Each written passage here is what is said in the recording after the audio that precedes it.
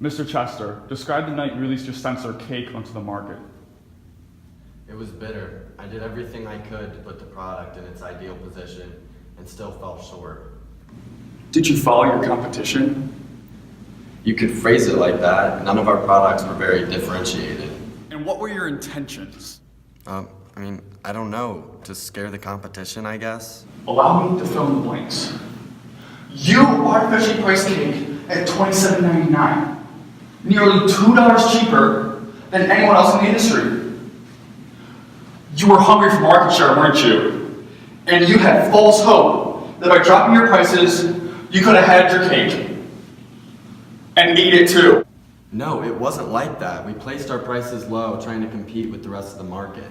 A simple misunderstanding of the market? Forgive me, but I find that hard to believe. No further questions, Your Honor. Mr. Chester, you strike me as a very icy and remorseless businessman. So by the power invested in me and the Board of Trustees, I sentence you indefinitely to the Shawshank Center for Unprofitable Companies. Andrew Chester, I am Warden Ferris. I believe in two things, managerial accounting and discipline. Here you will receive both.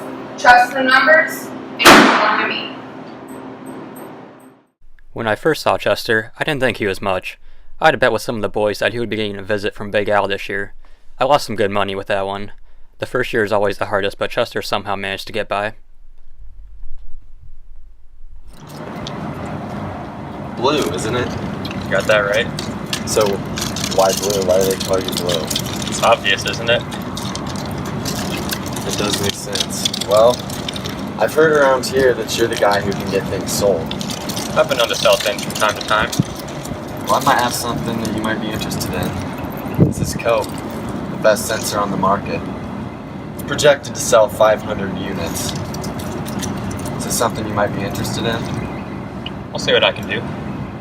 All I'm gonna need is a shank and a small butter knife. It's a high price, but I think we'll make it work. Year 2 was tough on Chester. Only 29 points were required on the balance scorecard. He had taken the interest of Big Al. Thankfully, he would only make cumulative profits only 5% of his success measures.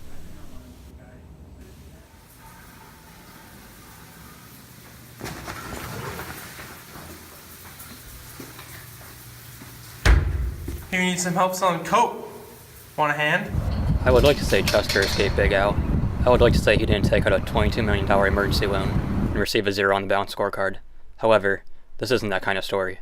Yes, these were dark days for Chester.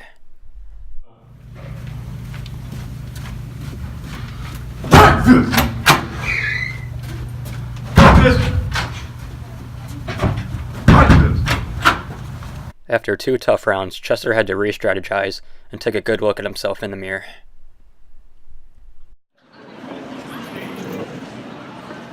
Hi, Chester. How you holding up? I don't know, man. The industry has just really got me down lately. Well, me and the boys have been working together, and we may have something that might cheer you up. What's that?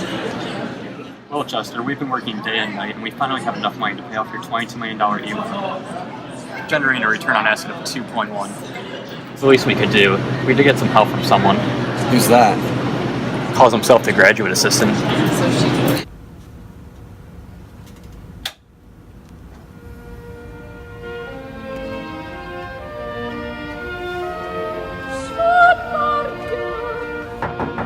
Chester, open up! Chester, get out of there! Chester! Word of Chester's high sales had somehow reached throughout the walls of Shawshank. He was stocking out round after round. Soon people were sending cash to him in truckloads, just trying to get a share of his company. I don't quite know why. Maybe it was due to the earnings per share being the second highest in the industry.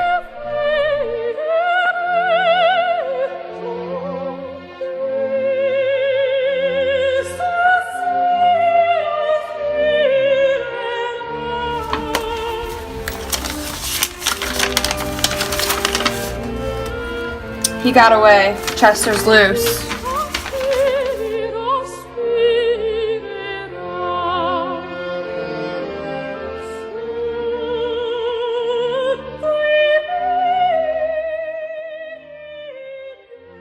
Good old Chester had finally done it. he reached a cumulative profit above zero. He crawled through 8 rounds of Capsim that I can't even imagine. Or maybe I just don't want to. Chester was finally free.